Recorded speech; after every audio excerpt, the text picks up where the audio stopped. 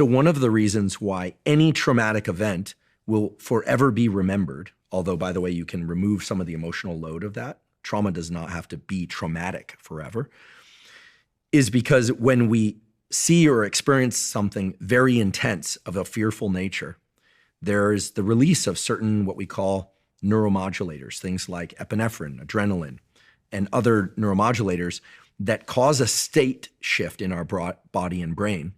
And the nervous system recognizes this as unusual. And as a consequence, in the subsequent days, there's reordering of the connections so that the brain can prepare for that event should it happen again. This is why we have what's called one trial learning. You go to a certain location, something terrible happens there. You will forever associate that location with something terrible. But there are tools, therapy and other tools, that can allow the emotional load to be removed from that so that you could go to that location and feel calm, no fear whatsoever. Stories are very powerful and very dangerous. Stories are the way that humans organize knowledge, by and large, right? We don't tend to organize things into lists. We have these narratives that we call stories because from a young age, we learn things not just by hearing them and seeing them, but they are compartmentalized into narratives that have a beginning, a middle, and an end. Sometimes they have a kind of a crescendo and then a relaxation. Just think about a childhood song of learning like the ABCs. They don't teach you the ABCs, A, B, C, D, E, F, G, H, I, J, right? They don't do that. What do? They give you a song, which is a story. Musicians will understand this inherently. Again, I'm not one, but when I started researching neuroscience of music and the brain, came to understand, so it's A, B, C, D, E, F, G, right? The change in the inflections as one does the alphabet as a young kid is the story of the alphabet. Now, people might say, okay, what is he talking about?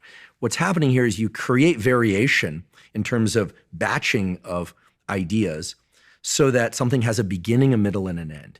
So if you think, okay, I grew up in this house and it was really messy and now I have too much mess. And in order to undo that, there's this kind of like hardwired, right, dangerous words, hardwired neural circuitry in my brain that I would have to work really, really hard to undo, and I'd have to be scared into being a cleaner person or a more tidier person, whatever it is. That's very dangerous because there's a beginning to that, a middle to that, and an end to that, and it has immense meaning as a consequence. One of the most powerful things is to understand that neuroplasticity really involves taking an existing story and dismantling some component of it. What could the component be? Well, there's all this stuff like the Byron Katie work, which says, you take something that you believe as true and you say, okay, like I'm an untidy person, and then you counter it. How do I know that? Well, okay, I have this experience. Okay, that's the story. And then you start running counter narratives. You say, I'm actually a tidy person. And then people say, well, this is silly. You're just lying to yourself, right? Where they say, is it always true that you're a messy person? You start challenging this story from different sides. Now, I believe, because I'm a neuroscientist, I'm not a psychologist or in the self-help world, that the brilliance, the kind of unconscious genius of that approach is actually that what one is doing is you're starting to create a new story. You're starting to kind of infuse different questions into the existing neural network. Now, the brain loves questions. Like the brain, since we're young kids, we're asking questions. And so if you take an existing story and you start challenging it with questions, you're not saying lie to yourself. You're not suddenly going to say, okay, like I'm super tidy. You're not because you're not going to believe that. But if you start challenging why it's that way, or you've been able to change so many other things. Why wouldn't you be able to change that? Well, you say, well, it's just a habit. I can't do it. You say, well, what's a habit? And you start poking and pushing and pushing. What you eventually arrive at is this kind of, actually, there's nothing keeping me from being a tidy person except this kind of fluency of a particular story. And what you've done is you've interrupted the fluency of that story. So then when you go to the behavior of, do you set things down all over the place or do you put them in an orderly fashion? You start interrupting the habit, the fluency of your typical behavior. So I raise this as a way to kind of shine light on essentially what I do in my podcast career, which is, I believe very strongly in the fields of psychology. I think self-help has some wonderful things to offer. We've got ancient wisdom that goes way back. And when you start to look at things through the lens of biology, you start to see that all of these things actually have merit and they're just different paths to the same outcomes. Mm-hmm. So if you wanted to become a tidy person, I would encourage you, here would be one, let's just say neuroscience supported approach would be to write out one page about what a tidy person you really are. You'll know that's a lie, right? And then to look at it and realize that in many ways, if you just replace tidy with, messy at any location, it'd probably be the exact same story. Mm-hmm. And so what you're really talking about here is just a default that your nervous system is running. And if you were to just swap the words, would you feel differently or do differently? On the one hand, you'd say, no, that's kind of trivial. But I bet you the practice of writing it out would forever interrupt your notion of like just going to set something down. You'd be like, now you have something to kind of disrupt the habit. Because so much of habit disruption that you'll look like, some people say, you flick a rubber band on your wrist or something like that. Mm-hmm. There's nothing special about the rubber band. There's nothing special about the pain on your wrist or you put a sticky note. We know sticky notes work for about one day. Why don't sticky notes work? Why don't reminders on the mirror work? Because they don't have enough salience. They're not new. They're not different. The nervous system only changes if something is new and different. So anyway, we could talk a lot about habit formation, but fear works, but so does disrupting the story. How do you disrupt the story? You essentially give the opposite story and you think, well, that's just lying to myself. But neurally, it makes sense because the nervous system, again, likes to be very economical, likes to do everything with the minimum amount of energetic expenditure. And to change anything requires attention, and attention is expensive. Attention is expensive. Well, I think, I was forced into therapy as a way to get out of lockup. I had to stay in high school, I had to go routinely. And so I did. I think it can be very helpful provided there's good rapport, support, and the person offers insight that lends itself to action. Right? It's not just about finding someone to support and listen. Someone has to inspire action that makes you a better person, okay? And that's really important. So we're not just talking about playing with your problems, story fondling as it's sometimes called. I think one has to understand that there's a relationship between physiology and emotion. So if I'm waking up and I don't feel well because I didn't sleep enough, I'll do NSDR, I'll get some sunlight and I'll go exercise. And generally I feel better. But I also have learned to not mask real feelings by simply trying to shift my physiology. Just as people are starting to learn, hey, yes, there are useful medications for dealing with mental health issues, but you still have to do the work. You still have to focus on building career, building relationships, doing the work. I think one of the most useful things that I've learned, again, I'm a big fan of Martha Beck. She's triple degreed from Harvard, but she also has this mystical, spiritual side that it really brings together a lot.